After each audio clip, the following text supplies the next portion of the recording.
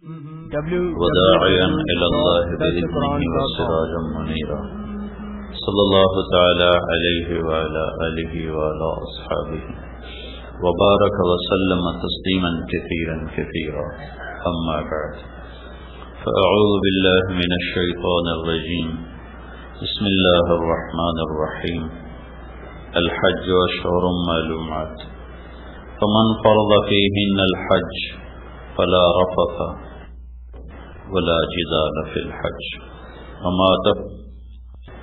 وتزودوا فإن خير زاد التقوى وقال النبي صلى الله تعالى عليه وسلم الحج المبرور ليس له الجزاء إلا الجنة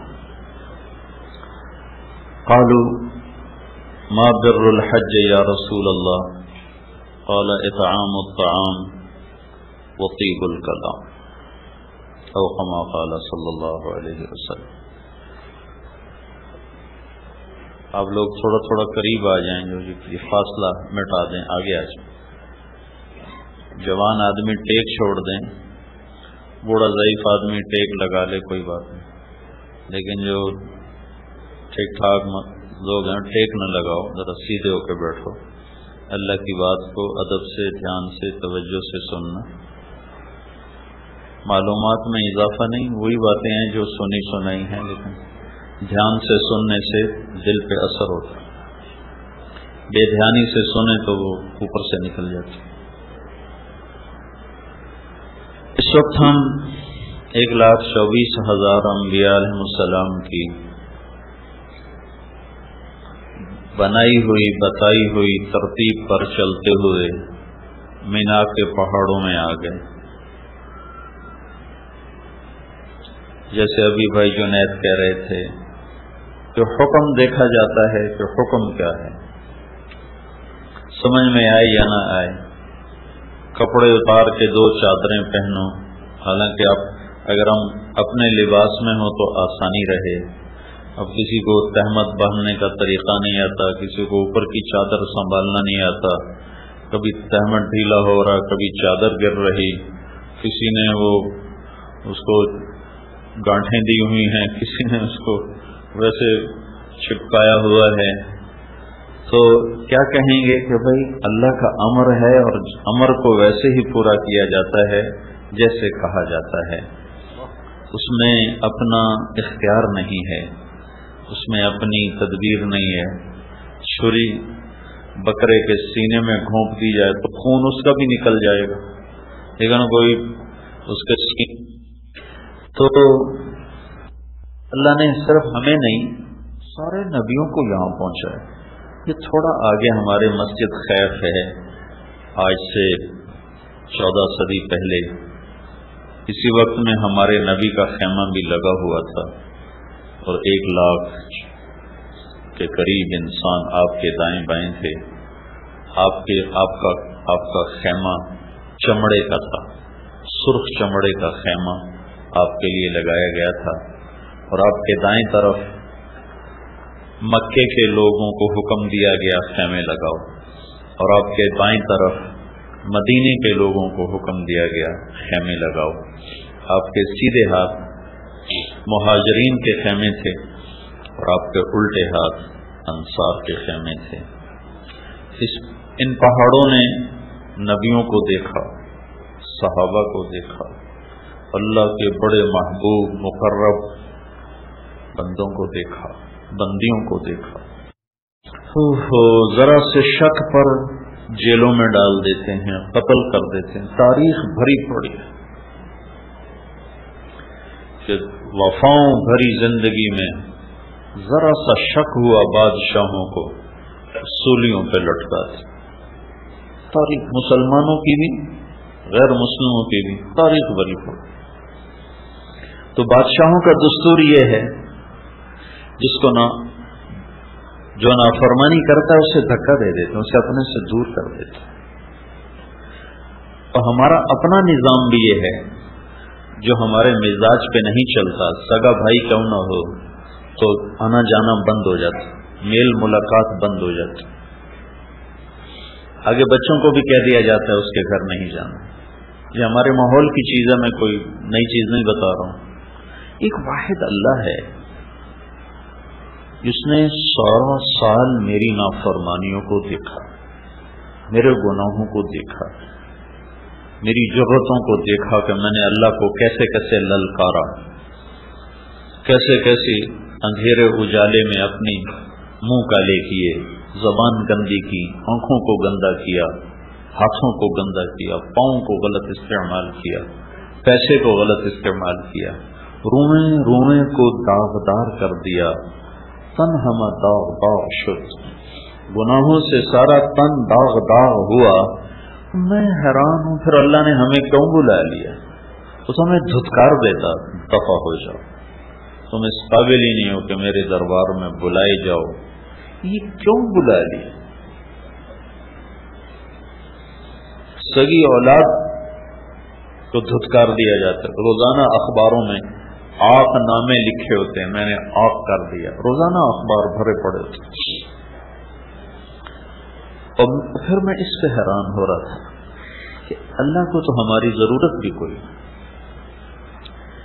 یہ مینا کی وادی میں ایک بھی حاجی نہ آئے تو اللہ کے دربار میں اللہ کی شاہی میں کوئی کمی تو نہیں آئے، اور جتنے موجود ہیں اس سے 10 گنا 1000 گنا ہو جائیں تو اللہ کی بادشاہی میں زیادتی کوئی نہیں ہوتی۔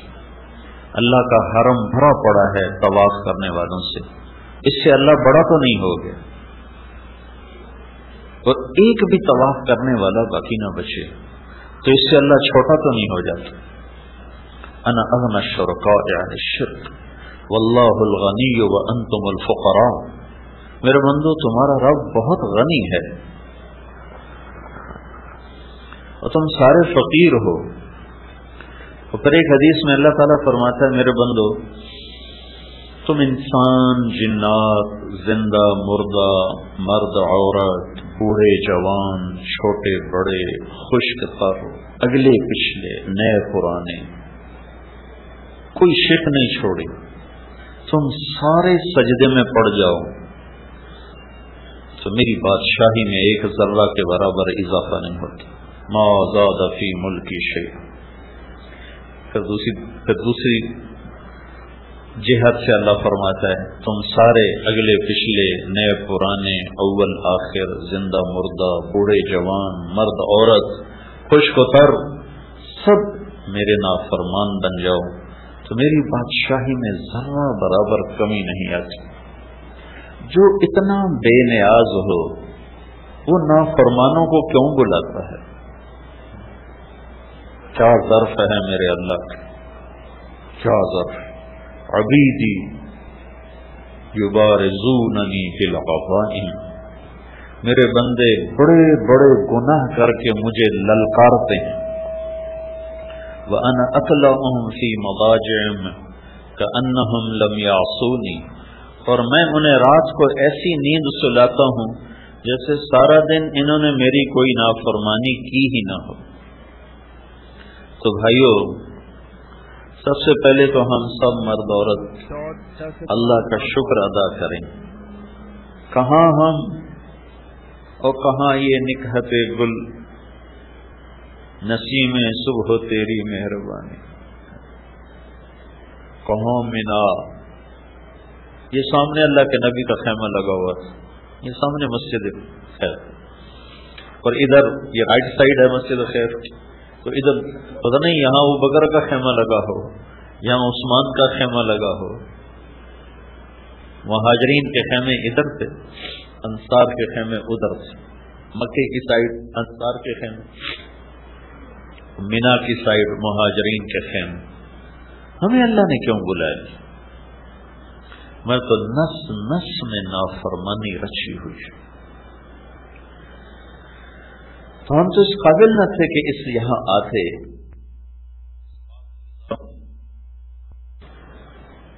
مکے کی ہر شہر تو وہی کھڑے ہیں، ان پہاڑوں کا تو کچھ نہیں بدلا، یہ تو ویسے ہی کھڑے ہیں۔ انہوں نے 14 صدی کے ہر قافلے کو آتے دیکھا ہے، 14 صدی کے ہر آنے والے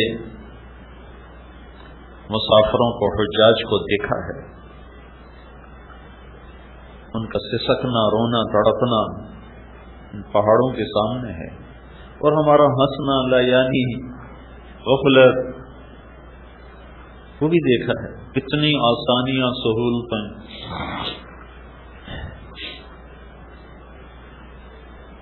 تو بھائیو، پہلا ہمیں اللہ کا شکر ادا کرنا چاہیے، تو اس نے ہمیں بلایا ہے۔ آدمی خود آ سکتا، اپنی طاقت سے آ سکتا۔ میں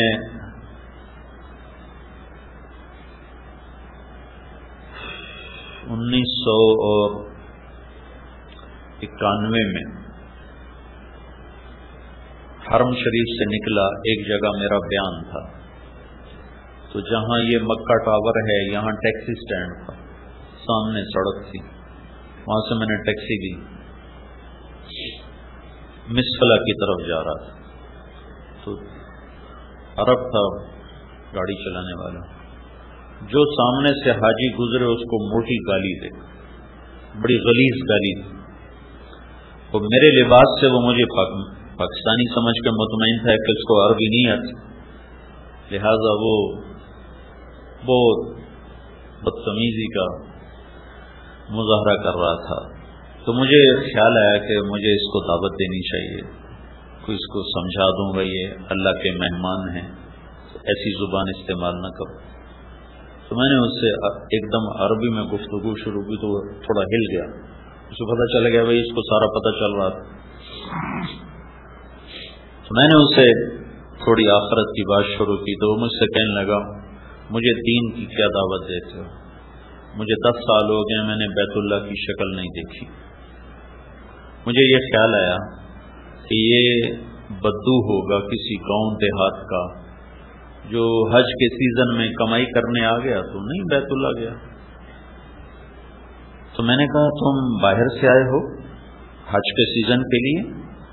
کہنے لگا نہیں، میں مکے میں رہتا ہوں، مکی ہوں، میری 2 بیویاں ہیں، 10 برس سے میں نے حرم کے اندر قدم نہیں رکھا۔ تو میں ایک دم چپ ہو گیا صدمے کی وجہ سے۔ تو مجھ سے کہنے لگا پریشان ہو گئے ہو؟ پریشان نہ ہو، مکے میں ایسے بے شمار لوگ جنہوں نے سال ہا سال سے بیت اللہ کی شکل بھی نہیں دیکھی، تو جنہیں وہ نہیں بلاتا انہیں اپنے پڑوس میں رہ کر بھی نہیں آنے دیتا، اور ہمیں اس نے کہاں سے بلایا، جہازوں پہ چڑھایا، گھر چھڑوائے۔ کوئی خوبی تو نظر نہیں آتی کہ جس وجہ سے ہم بلائے گئے ہوں۔ جاننے والوں کو ایک کارڈ بھیجا جاتا ہے، یہ تو اللہ کا بلاوا ہے۔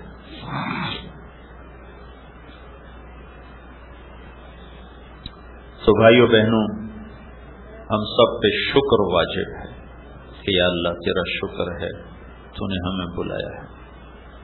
میں نے گزشتہ رات بھی بات کی تھی، اس کو پھر دہراتا ہوں، ضروری ہے۔ حج کا احرام باندھنے کے بعد اللہ 3 چیزوں کا مطالبہ کرتا ہے، فمن فرض فیہن الحج فلا رفث ولا فسوق ولا جدال فی الحج۔ میرے بندو، جب احرام باندھ لو تو اب یہ احرام کی پابندیاں اگرچہ ظاہری طور پر حج سے متعلق ہیں، لیکن 3 چیزوں کا مطالبہ موت تک تم سے کرتا ہوں۔ لا رفث، زبان کے غلط استعمال سے توبہ کر، مرتے دم تک اپنی زبان کو غلط استعمال نہ کرو۔ آپ نے حضرت معاذ بن جبل سے فرمایا، معاذ تمہیں سارے دین کا خلاصہ بتاؤں؟ سارے دین کا خلاصہ؟ کہ جی کیا ہے؟ تو مجھے دیکھیں آپ نے ایسے کیا، فزیکلی کر کے دکھایا، یہ نہیں فرمایا زبان پہ قابو پاؤ، یہ نہیں فرمایا، کیوں کیا؟ معاذ وہ شخص ہیں جن کے ہاتھ میں قیامت کے دن علماء کا جھنڈا ہوگا، تو ان کو ایسے سمجھایا جیسے بچے کو سمجھایا جاتا ہے۔ ایسے کیوں کیا؟ کہ دین کا مشکل ترین کام ہے اس زبان پہ قابو پانا۔ تو معاذ کہنے لگے یا رسول اللہ زبان پہ پکڑ ہوگی؟ تو آپ نے فرمایا معاذ، کیا کہتے ہو؟ سب سے زیادہ جہنم میں دھکا دینے والی زبان ہے۔ تو اللہ کا ہم سے مطالبہ ہے، جب تم اس پاک وادی میں آئے ہو تب اس زبان کی وَإِذَا تَصَابَتْ أُمَّتِي سَقَطَتْ مِنْ عَيْنِ اللَّهِ، جب میری امت گالیاں نکالنا شروع کرے گی تو اللہ کی نظروں سے گر جائے گی۔ ہمارے چھوٹے چھوٹے بچے گالیاں نکالتے،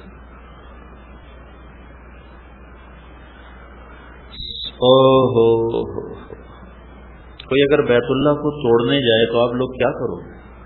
اس کی بوٹی بوٹی کر دو، بیت اللہ کو گرا رہا ہے۔ کسی مسلمان کو ماں بیٹی کی بہن کی گالی دینا یہ بیت اللہ کو توڑنے سے بڑا جرم ہے، کہ بیت اللہ پتھروں کی عمارت ہے اور مسلمان کا دل ایمان سے بھرا ہوا ہے جس میں اللہ ہے۔ موسیٰ علیہ السلام سے ان کی قوم نے پوچھا تیرے رب کا کوئی گھر ہے؟ تو اللہ تعالیٰ نے فرمایا موسیٰ تیرا رب زمان و مکان سے پاک ہے، لیکن جو دل گناہوں سے پاک ہوتا ہے وہ میرا گھر بن جاتا ہے، میں اپنے بندے کے دل میں بس جاتا ہوں، وہ میرا عرش بن جاتا ہے۔ تو یہ ایک مطالبہ ہے زبان پہ قابو، صرف احرام تک نہیں، پوری زندگی، ساری زندگی سہتے رہو، چپ رہو۔ چپ رہنے میں بھی بڑا مزہ ہے، جواب دینے کا بھی ایک مزہ ہے، وہ وقتی سا ہوتا ہے۔ چپ رہنے کی ایک تکلیف ہے، وہ وقتی ہوتی ہے، لیکن اس پر جو آگے مٹھاس اور ٹھنڈک اللہ دیتا ہے، شہد بھی کیا چیز، رس گلے اور رس ملائیاں بھی کیا چیز ہیں، پی جا ایام کی تلخی کو بھی ہنس کے ناصر، غم کے سہنے میں بھی قدرت نے مزہ رکھا۔ چپ اوہ نہ کر لبوں کو سی، عشق ہے دل لگی نہیں، سینے پہ تیر کھائے جا، آگے قدم بڑھائے جا۔ تو یہ ایک مطالبہ ہے تمام مردوں عورتوں سے جنہوں نے احرام باندھا ہے، لا رفث، تالا لگا دو، خیر کی بات کرو، شر کی بات۔ ہنسی مزاح منع نہیں ہے، وہ تو انسانی فطرت، اس سے کیسے روکا جا سکتا۔ اللہ کے نبی ہنستے بھی تھے، مزاح بھی کرتے تھے، صحابہ آپ کے سامنے لطیفے بھی سناتے تھے، آپ بھی اس سے خوش ہوا کرتے تھے، ہنسا کرتے تھے۔ دل آزاری منع ہے، بے اکرامی منع ہے، کسی کی پگڑی اچھالنا منع ہے، کسی کو بے عزت کرنا منع ہے۔ اسلام تو ہمیں اوروں کے الزام بھی اپنے اوپر لینے کا سبق دیتے۔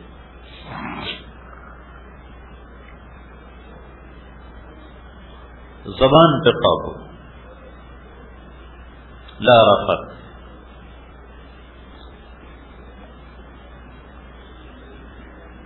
دوسرا مطالبہ ہے ولا فسوق، ولا فسوق۔ تمہاری زندگی میں جتنے کبیرہ گناہ شامل ہیں انہیں نچوڑ دو، آج دھو دو، اپنی زندگی سے نکال دو۔ عبادت کی سستی ہے، توبہ کرو، معاملات کی سستی ہے، توبہ کرو، اخلاق کی سستی ہے، توبہ کرو، معاشرت میں سستی ہے، توبہ کرو۔ بندوں اور تمہارے درمیان معاملات خراب ہیں تو اس کو بھی ٹھیک کرو، تمہارے اور تمہارے رب کے درمیان معاملات خراب ہیں تو اس کو بھی ٹھیک کرو۔ خلوت و جلوت کو اللہ سے آباد کر دو، لا فسوق۔ صرف حج کا مطالبہ نہیں، حج میں خاص طور پر ہے، اور موت تک کا مطالبہ ہے کہ اب ہماری تمہاری دوستی ہوگی، ہم نے تمہیں اپنے گھر بلایا ہے، تو میرے گھر آنے کے بعد تم مجھ سے بے وفائی نہ کرو۔ اور عاشقانہ انداز میں بلایا، اگرچہ ہمارے انداز عشق نہیں ہے، لیکن حج کا مطلوب اصل میں عشق ہی ہے، اس لیے ہمیں عاشقانہ لباس پہنا ہے۔ زیب و زینت عاشق نہیں کیا کرتے، عاشق جو ہوتے ہیں نا وہ زیب و زینت سے بیزار عاشق ہوں میں عشق کماں میں دل رکھیں وانگ پہاڑوں ہو سہ سہ بدیاں ہزار غلام میں کر جانے باغ بہاراں ہو منصور جے چکسولی دتے جڑے واقف کل اسراراں ہو سجدوں سر چائیں نہ باہو تھوڑے کافر کہن ہزاراں ہو عاشق سوئی حقیقی جڑا قتل معشوق دے مننے سر نو جوڑے تے منہ نہ موڑے پاویں 100 تلواراں کھنے سچا عشق حسین دا باہو سر دتے تراغ نہ بننے. یہ عاشقانہ انداز ہے. زیب و زینت بیوی کو بھی نہیں دیکھ سکتے، خوشبو کے قریب نہ دیوانے بنو، مستانے بنو، ڈھونڈو اپنے رب کو پاگلوں کی طرح. تیرے کوچے اس بہانے مجھے دن سے رات کرنا، کبھی اس سے بات کرنا کبھی اس سے بات کرنا. یہ اللہ کو پا لینے کا سفر ہے.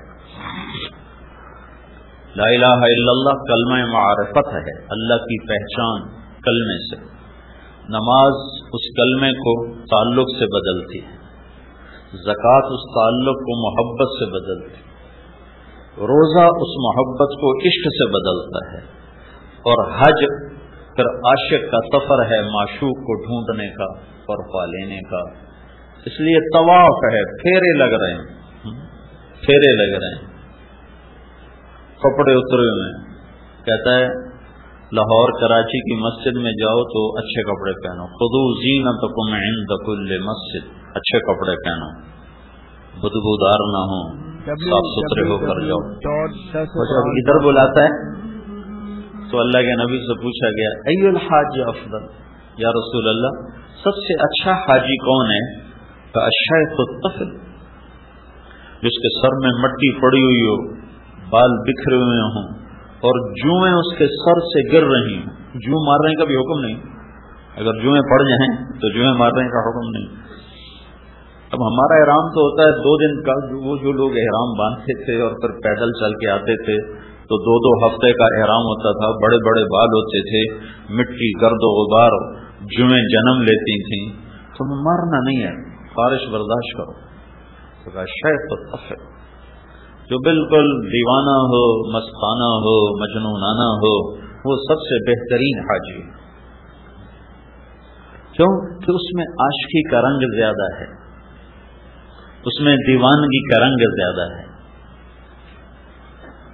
ایک لڑکی بیت اللہ کا طواف کر رہی تھی، وہ کہہ رہی تھی اب الحب ان یخفى فکم قد کتمته فاصبح عندي قد اناقض النبع. محبت سے بہت اپنے آپ کو بچایا اور محبت نے خیمے گاڑ ہی دیے تو دل پہ قبضہ جما ہی لیا، اور مجھے کسی کا دیوانہ بنا ہی دیا، نہ مجھے اپنا چھوڑا نہ کسی اور کا چھوڑا. تو جنید بغدادی رحمت اللہ علیہ 7 طواف کر رہے تھے.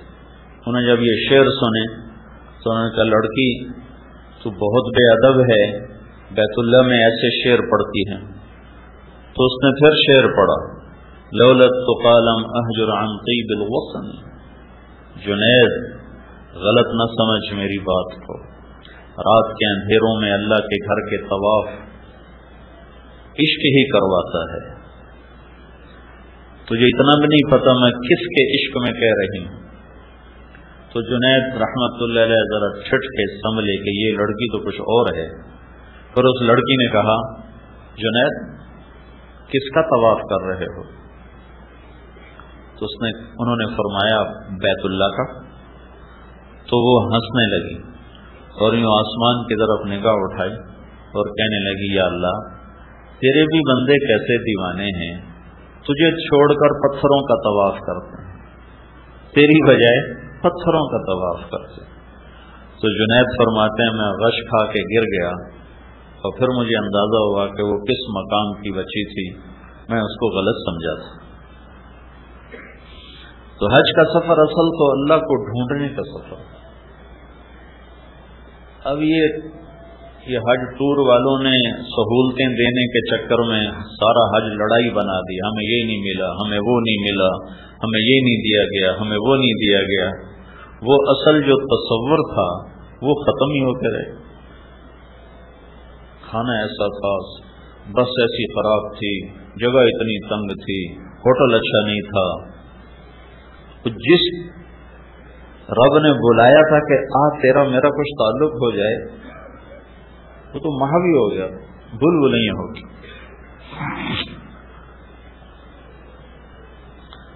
تو بھائیو، کل ہماری اللہ کے دربار میں پیشی ہے، بہت بڑا دربار ہے، بہت بڑا دربار ہے۔ جتنے بھی گناہ ہیں نا، کل اللہ سے مانگ لو کہ اللہ تعالیٰ فرماتا ہے عرفہ کے دن، میرے بندو آج اتنے گناہ لے کر آؤ جتنے بارش کے قطرے ہیں۔ ہم اتنے کر سکتے؟ اتنے گناہ لے کر آؤ جتنے ریت کے ذرے ہیں، اتنے کوئی کر سکتے؟ اتنے گناہ لے کر آؤ جتنے درختوں کے پتے ہیں، اتنے گناہ لے کر آؤ جتنے گردش ایام میں، جب سے ٹائم شروع ہوا، ٹائم اربوں سال پہلے ٹائم شروع ہوا، اس دن سے آج تک جتنے دن رات بنے ہیں اس کے برابر گناہ لے کر آؤ، اس سارے کے مجموعے کے برابر گناہ لے کر آؤ۔ آج میں معاف کرنے کے لیے آیا بیٹھا ہوں، تمہارے دو بول کا منتظر ہوں گا کہ تم کو یا اللہ معاف کر، میں سارے ہی معاف کروں۔ تو اللہ کا دوسرا مطالبہ ہے گناہ چھوڑ۔ اس کا مطلب یہ نہیں کہ یہ فرشتہ بن جائے گا، اس سے پھر بھی ہو جائے گا۔ نیک آدمی سے بھی گناہ ہوتا ہے، لیکن وہ گناہ کر کے پچھتاتا ہے، روتا ہے۔ اور عادی نافرمان سے بھی گناہ ہوتا ہے، وہ اکڑتا ہے، دلیر ہوتا ہے، دونوں میں یہ فرق ہو جاتا ہے۔ اس لیے علماء کہتے ہیں نیک لوگوں کی کمیاں نہ پکڑو، نیک لوگوں کی کمیاں نہ پکڑو۔ کیوں کہتے ہیں؟ صحابہ کے بارے میں زبان بند رکھو۔ خود اللہ کے نبی نے فرمایا اللہ اللہ فی اصحابی لا تتخذوهم غرضا من بعدی، کہ میں تمہیں اللہ سے ڈراتا ہوں میرے صحابہ کے بارے میں کبھی بات نہ کرنا، ان کو کبھی تنقید کا نشانہ نہ بنانا۔ وہ فرشتے نہیں، انسان سے، ان سے خطائیں ہوئی ہیں، لیکن ان کی خطاؤں پہ گفتگو نہ کرنا، ورنہ اللہ تمہیں پکڑ لے گا۔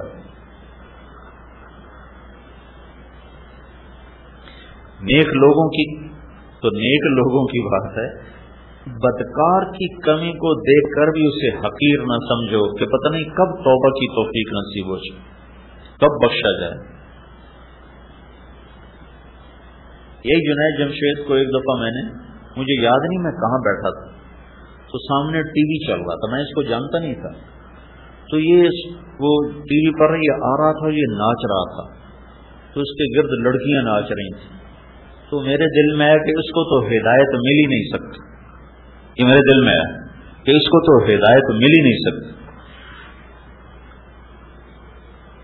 اور اللہ تعالیٰ نے اسی سال میرا اس کا ٹاکرا کروا دیا۔ تو بدگمانی تو حرام ہے، اور کسی مسلمان کو اس کے گناہ کی وجہ سے حقیر سمجھنا حرام ہے۔ پتہ نہیں کب توبہ کر نہیں توبہ کرتا، پتہ نہیں کون سی بات اللہ پسند کر کے اس کی بخشش کر دے، تو میں پکڑا جاؤں کہ تو میرے بندے کو حقیر کیوں سمجھتا۔ تو دوسرا مطالبہ ہے اللہ تعالیٰ کا، گناہ چھوڑو، ہو جائے گا توبہ کرو، جب ہو توبہ کرو، توبہ کی کوئی حد نہیں ہے۔ اور سبحان اللہ کے نبی کا فرمان ہے اگر تم سارے نیک بن جاؤ، کوئی گناہگار نہ ہو، تو اللہ تم سب کو موت دے کے جنت میں پہنچا دے، اور ایک قوم پیدا کرے جو گناہ کرے گی، پھر اپنے گناہوں پہ بیٹھ کے آنسو بہائے گی کہ یا اللہ معافی دے، پھر اللہ ان کو خوش ہو کے معاف کرے گا۔ اللہ کو معاف کرنا اتنا پسند ہے۔ تو یہ دوسرا مطالبہ ہے کہ گناہ نہیں ہو جائے معاف۔ یا اللہ توبہ، یا اللہ توبہ۔ تیسرا مطالبہ کیا ہے؟ ولا جدال، ولا جدال، جھگڑا نہیں کرنا، لڑائی نہیں کرنا۔ ساری زندگی کے لیے دستبردار ہونا سیکھو اور اللہ کے خزانوں میں جمع کرتے جاؤ، کرتے جاؤ، کرتے جاؤ۔ افرغ من کنزک عندی لا غرق ولا حرق ولا سرق، میرے بندے اپنا خزانہ میرے پاس جمع کرا دے، میرا بینک نہ ڈوبتا ہے، دنیا کے بینک تو ڈوب جاتے، میرا بینک نہ لٹتا ہے، دنیا کے بینکوں پہ تو ڈاکے پڑتے، میرا بینک نہ جلتا ہے، دنیا کے بینکوں میں تو آگ بھی لگ جاتی۔ اوفی کہو احوج ما تکون الیہ، جس دن تو سب سے زیادہ محتاج ہوگا میں تیرا سرمایہ کروڑوں گنا زیادہ کر کے تجھے واپس کر دوں۔ جھگڑا نہیں کرنا ہے، لڑائی نہیں کرنا، سہ جانا ہے، پی جانا ہے۔ یہ تین مطالبے ہیں اللہ کے۔ ایک خوشخبری ہے چپ رہ جانے والی کی، اپنا حق چھوڑ دینے والی کی۔ آپ نے مدینے والوں سے فرمایا میرے بعد تمہیں تمہارا حق نہیں ملے گا، تم کیا کرو؟ تو نے ایسے کہا یا رسول اللہ ہم تلوار اٹھائیں گے اور اپنا حق وصول کریں گے۔ تو آپ نے فرمایا میں تمہیں اس سے بہتر چیز بتاؤں؟ کہا جی کیا؟ کہ تم صبر کرنا اور حوض کوثر پہ آ کر مجھ سے ملاقات کر لینا، میں ساری کمیاں تمہیں اللہ سے پوری کروا کے دے دوں، سارے حق میں دلوا دوں۔ خوشخبری صرف مدینے والوں کے لیے نہیں ہے، ہر اس بندے بندی کے لیے ہے جو اللہ کی رضا کی خاطر جھگڑا چھوڑ دیتا ہے اور حق سے دستبردار ہو جاتا ہے۔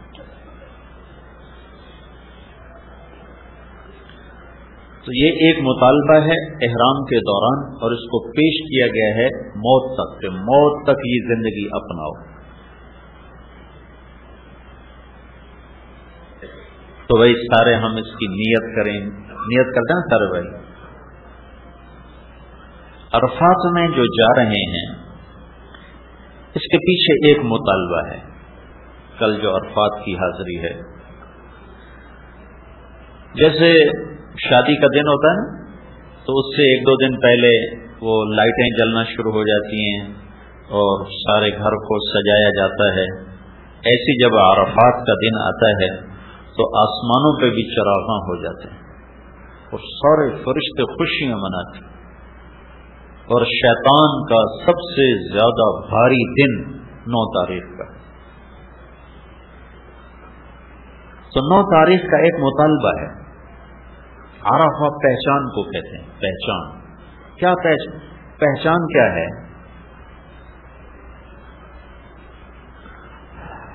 آدم علیہ السلام کو اللہ نے آسمان سے اتار کے سری لنکا پہنچایا اور حوا کو شام میں پہنچایا۔ جیسے مردوں میں یوسف علیہ السلام سب سے حسین ہیں، عورتوں میں حوا اللہ نے سب سے حسین بنایا۔ ان جیسا حسن دنیا میں کسی عورت کو نہیں ملا قیامت تک۔ 40 سال میاں بیوی چلتے رہے روتے رہے، چلتے رہے روتے رہے۔ 40 برس کے بعد چلتے چلتے جبل رحمت کے قریب ایک طرف سے آدم علیہ السلام چل کے آ رہے تھے اور دوسری طرف سے اماں جان چل کے آ رہی تھیں، اور دونوں کا ٹاکرا اور آمنا سامنا اس میدان میں ہوا، پہچان کا میدان، عرفات پہچاننے کا میدان۔ دونوں اماں ابا نے یہاں بیٹھ کر اللہ سے توبہ کی اور معافی مانگی اور دعا کی اور روئے اور کہا ربنا ظلمنا انفسنا وَإِن لَّمْ تَغْفِرْ لَنَا وَتَرْحَمْنَا لَنَكُونَنَّ مِنَ الْخَاسِرِينَ۔ اللہ نے ان کی توبہ کو قبول فرمایا۔ تو عرفات میں جانے کا سب سے بڑا مقصد ہے کہ ہم جتنے مرد عورت جا رہے ہیں ہم وہاں جا کے توبہ کریں۔ توبہ ایک ہے معافی مانگنا، ایک ہے توبہ کرنا. معافی مانگنا تو یہ ہے کہ یا اللہ میرے پچھلے معاف کر، اور توبہ یہ ہے کہ یا اللہ آئندہ بھی کوئی نہیں کروں گا، آئندہ بھی کوئی نہیں کروں گا. ایک صاحب کہہ رہے تھے اسی جاویدہ ہے، پچھلے معاف کرا کے آ جاویدہ پھر شروع ہو جاویدہ. تو یہ معافی مانگنے والا طبقہ تو بہت بڑا ہوتا ہے، توبہ کرنے والا کوئی کوئی ہوتا ہے. تو ہم نے توبہ کرنے جانا ہے، اور اللہ کی بارگاہ میں بڑا اونچا عمل ہے توبہ. تو وسعت رحمت ایسی ہے کہ اللہ تعالیٰ یوں فرماتے ہیں میرا بندہ اتنے گناہ کر کے آسمان کی چھت کو لگا دے، پھر صرف ایک دفعہ کہہ دے یا اللہ معاف کر تو میں سارے معاف کروں گا. قارون کو جب زمین میں دھنسایا جا رہا تھا، سورہ قصص میں 2 رکوع اس کے اللہ نے اتارے ہیں اس کی مذمت اور برائی میں. اور وہ تو موسیٰ علیہ السلام کی منتیں کرنے لگا، مجھے معافی دے دو، مجھے معافی دے دو، مجھے معافی دے دو. اور موسیٰ علیہ السلام کہتے رہے زمین کو اور پکڑو اور پکڑو اور پکڑو.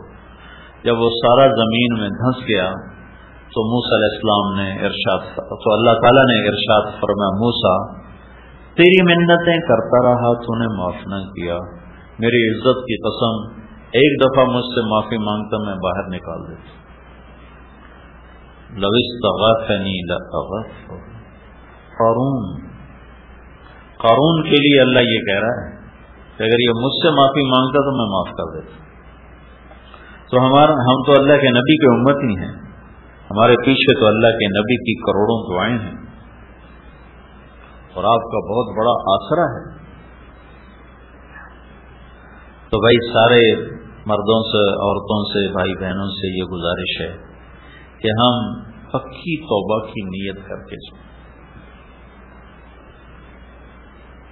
بنی اسرائیل میں ایک نوجوان تھا، زندگی اس کی بڑی غلط تھی، تو اس کو شہر والوں نے شہر سے نکال دیا.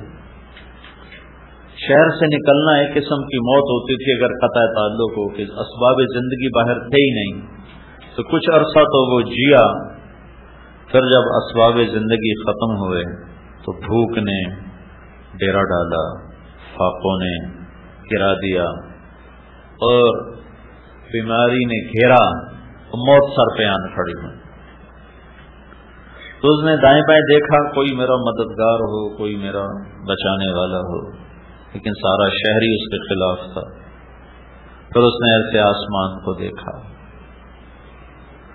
اور کہنے لگا یا من لا تضرہ الذنوب ولا تنقصہ المغفرہ، اے وہ ذات جسے معاف کرنے سے کوئی کمی نہیں آتی اور عذاب دینے سے وہ بڑا نہیں بن جاتا، مجھے سب نے چھوڑ دیا ہے، میں نے ساری زندگی تیری نافرمانی کی، میں تجھ سے معافی مانگتا ہوں، مجھے معاف فرما دے. میں نے تیرے بارے میں سنا ہے تو بڑا غفور الرحیم. موت کے وقت کی تو توبہ قبول ہی نہیں ہوتی، لیکن اللہ جو چاہے کر دے. جب وہ مرا تو اللہ نے موسیٰ علیہ السلام سے فرمایا میرا ایک دوست جنگل میں مر گیا ہے، اس کے جنازے کا انتظام کرو، جو اس میں شرکت کرے گا اس کی بھی بخشش ہو جائے گی، جو اس کے کفن دفن میں شریک ہوگا اس کی بھی بخشش ہو جائے گی. تو لوگوں نے جب سنا تو انہوں نے دوڑ لگائی، آگے دیکھا تو وہی نوجوان آوارہ گرد. تو انہوں نے موسیٰ علیہ السلام سے عرض کی اس کو تو ہم نے شہر بدر کیا تھا اس کی نافرمانی کی وجہ سے، یہ اتنا مقرب کیسے بن گیا کہ اس کے کفن دفن میں شریک ہوں تو بخشے جائیں. موسیٰ علیہ السلام نے اللہ تعالیٰ سے پوچھا تو اللہ تعالیٰ نے ارشاد فرمایا یہ ایسا ہی تھا جیسے یہ کہہ رہے ہیں، لیکن موت کے وقت جس درد سے اس نے مجھے پکارا، میری عزت کی قسم اگر اس وقت یہ پوری دنیا کی بخشش مانگتا تو میں اس کی تو خیر ساری دنیا کو معاف کر دیتا. اس نے صرف اپنی بخشش مانگی، میں نے معاف کر دیا. تو بھائی سب سے گزارش ہے کہ حج کی بہت بڑی چیز ہے اور حج کا بہت سر فہرست مطالبہ ہے کہ ہم عرفہ میں توبہ کے لیے جا رہے ہیں. تو سارا مجمع توبہ کی نیت کرے. توبہ کیا ہے؟ جو پچھلے گناہ کیے یا اللہ وہ معاف کر، جو آئندہ زندگی اس میں نہیں کروں گا، سب معاف ہو. ہاں کسی کا حق دبایا ہوا ہے، وہ گناہ معاف ہو گیا، حق معاف نہیں ہوا، وہ واپس کرنا ہوگا. اللہ کے نبی نے فرمایا کہ شہادت ہر گناہ دھو دیتی، لیکن اگر شہید بھی کسی کا حق مار کے مرا ہوگا تو اللہ اسے قیامت کے دن بولے شہید شہید، نبیوں کے بعد جن کے درجے ہیں شہید. اللہ تعالیٰ فرمائیں گے اس کا حق ادا کرو جو تو نے دبایا تھا. وہ کہے گا یا اللہ وہ تو لاہور میں تھا، کراچی میں تھا، پشاور میں تھا، پنڈی میں تھا، یہاں تو نہیں. تو اللہ تعالیٰ فرمائیں گے میں نے وہ منگوا لیا ہے، ادا کرو. کہ جی کدھر ہے؟ جاؤ فرشتوں سے اللہ کہے گا اس کو جہنم میں لے جاؤ. تو جہنم کے 7 حصے ہیں، جہنم، حطمہ، لظہ، سعیر، سقر، جحیم، حاویہ. حاویہ منافقین کے لیے ہے، وہ حق حاویہ میں پڑا ہوگا. شہید جہنم کے سارے حصوں سے گزرتا ہوا حاویہ میں آئے گا اور اسے اٹھا کر اوپر جائے گا. جب کنارے پر آئے گا تو اللہ دھکا دے گا اور پھر نیچے گرے گا. یہ شہید کے ساتھ معاملہ ہے. تو عام آدمی اگر کسی کا حق مار کے مر گیا تو وہ کدھر جائے گا؟